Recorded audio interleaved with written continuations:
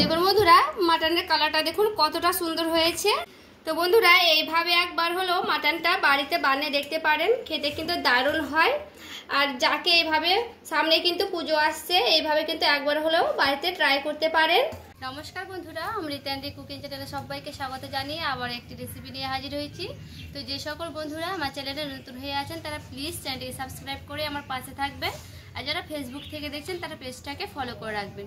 তো বন্ধুরা আজকে আমি খাসি মাংস রান্না করব, তো প্রথম থেকে শেষ পর্যন্ত স্কিপ না করে পুরো ভিডিওটা দেখার অনুরোধ রইল।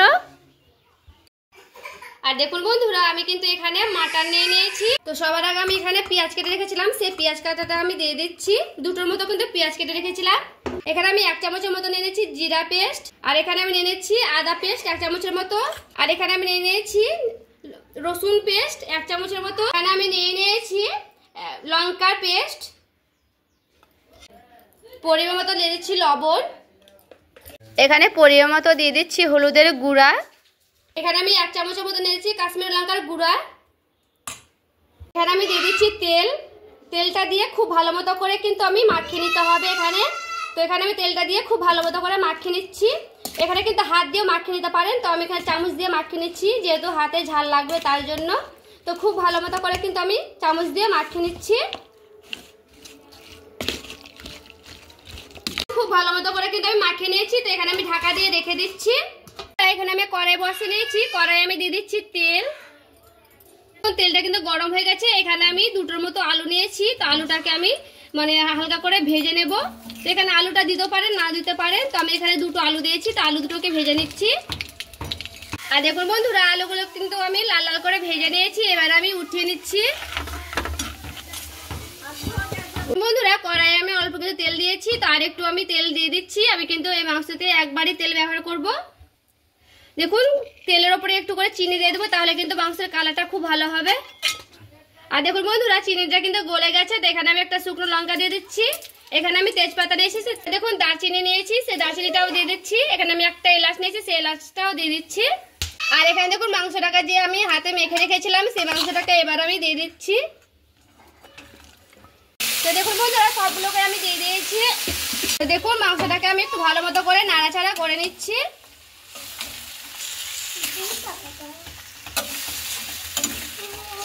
ভালো মতো করে কিন্তু আমি নেড়ে নিয়েছি। এবার আমি ঢাকা দিয়ে দিচ্ছি, ঢাকা দিয়ে এবার ভালো করে কষিয়ে। এবার দেখুন বন্ধুরা ঢাকনাটা আমি উঠিয়ে দেখব।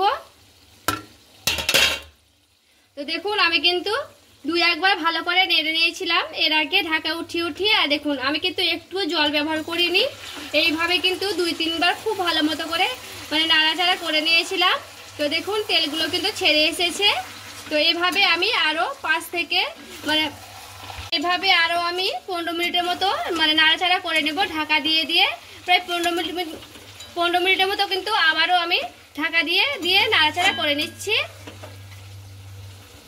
আর দেখুন বন্ধুরা খুব ভালো মতো করে কিন্তু আমি 15 থেকে 20 মিনিট আবারও ভালো করে কষে নিয়েছি। আর দেখুন তেলটা কিন্তু খুব ভালো মতো করে ছেড়ে এসেছে। আর এখানে আমি দিয়ে দিচ্ছি আলুগুলোকেও দিয়ে দিব।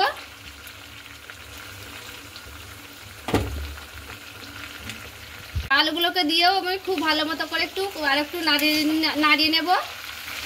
তো এখানে আমি গ্যাসটাকে একটু বাড়িয়ে দিয়েছি, দিয়ে একটু খুব ভালো মতো করে আবারও আমি 5 মিনিটের মতো একটু কষে নেব।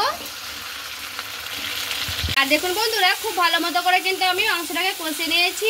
আর খাসি মাংস কিন্তু বেশি করে কষতে হয় না, মিডিয়াম কিন্তু কষে নিয়েছি, আর বেশি কষবো না। দেখুন হয়ে গেছে। আর দেখুন তেলটা কিন্তু খুব ভালো মতো করে ছেড়ে এসেছে। এই পর্যায়ে কিন্তু আমার খুব ভালো মতো করে কিন্তু কষানো হয়ে গেছে। এবার আমি দিয়ে দিচ্ছি জল।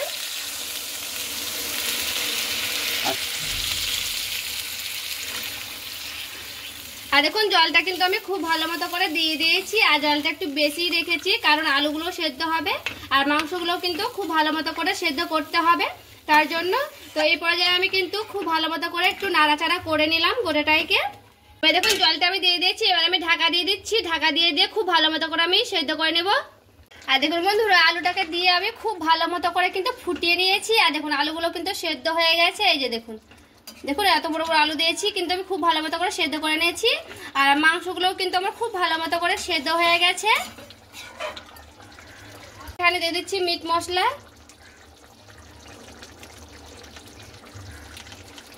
মশলাটাকে দিয়ে আমি একটু ভালো করে নেড়ে নিচ্ছি।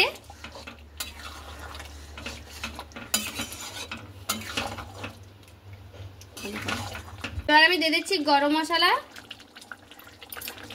গরম মশলাটাকে দিয়েও একটু ভালো মতো করে নাড়াচাড়া করে নিচ্ছি।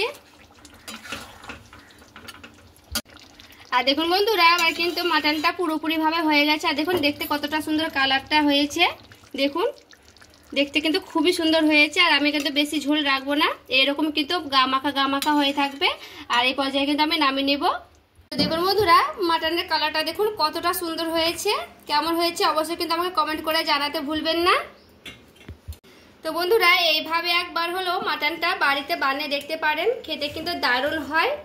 আর যাকে এইভাবে সামনে কিন্তু পুজো আসছে, এইভাবে কিন্তু একবার হলেও বাড়িতে ট্রাই করতে পারেন। খেতে কিন্তু দুর্দান্ত হয়েছিল এই মাটনটা। তো বন্ধুরা, আমার এই রেসিপিটি ভালো লেগে থাকলে প্লিজ একটি লাইক করে দিবেন আর চ্যানেলটাকে সাবস্ক্রাইব করে আমার পাশে থাকবেন।